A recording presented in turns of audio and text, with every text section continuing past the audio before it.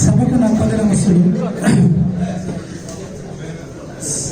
సభాసీనులైన శాసనసభ్యులు శ్రీ కొలిశెట్టి శ్రీనివాస్ గారికి, పెద్దలకు నా మరి నమస్సులు.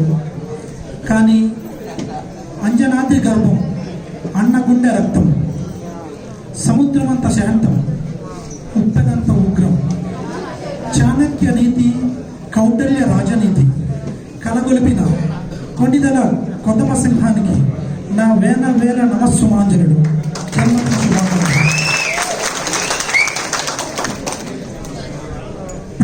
ప్రజాసేవ అంటే అది ఒక గమ్యం కాదు, అది ఒక నిరంతర ప్రయాణం.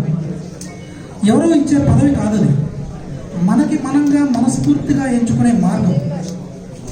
అటు సినిమాలు చేసిన జనాల్ని ఆలోచింపజేసే ప్రయత్నమే, ఇటు కామన్ మ్యాన్ ప్రొటెక్షన్ ఫోర్స్ అని స్థాపించినా కూడా ఈ జనానికి నేనెంత ఉపయోగపడను అని పరితపించే మనస్తత్వం. అటు అన్న చిరంజీవి ప్రజారాజ్య పార్టీలో ఊరు వాడా తిరిగిన జనాలందరి సమస్యలు తెలుసుకొని అందరికీ తెలియజేయడమే ప్రయత్నమే. అలాగే అదే అన్న చిరంజీవిని ఎదురుగా పెట్టుకొని కాంగ్రెస్ పార్టీలో పెట్టుకొని జనసేనను స్థాపించిన ఈ జనాలకి నేనెంత చేయగలను అని ఆ గుండె ఆలోచించే విధానమే.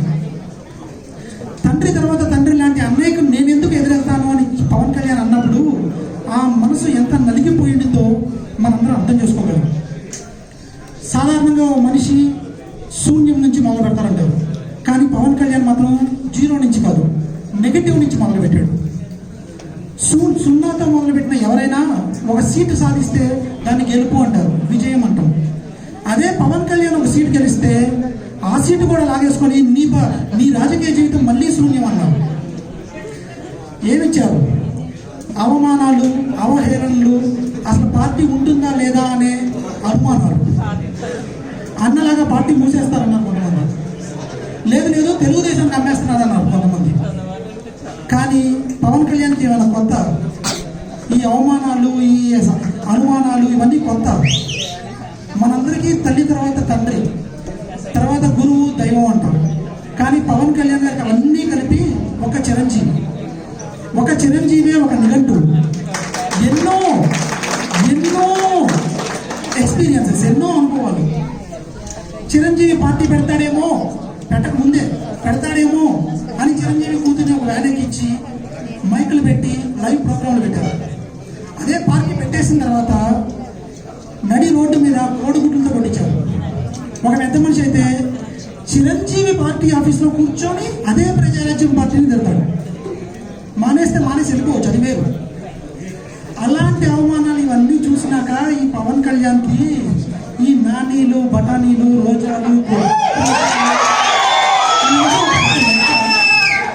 ఒక చిన్న సామాన్య అభిమాని మనకే రగిలిపోతూ ఉంటుంది.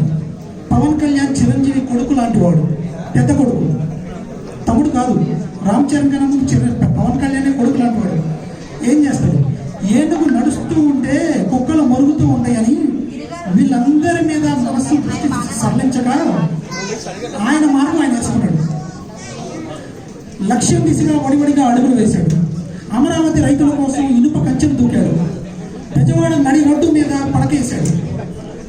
సరిహద్దుల్లో సై అంటూ సమరం మోగించాడు వైసీపీ పార్టీతో. వైజాగ్ పద్మవ్యూహంలో అభిమన్యుడై కాదు అర్జునుడై నిలిచాడు.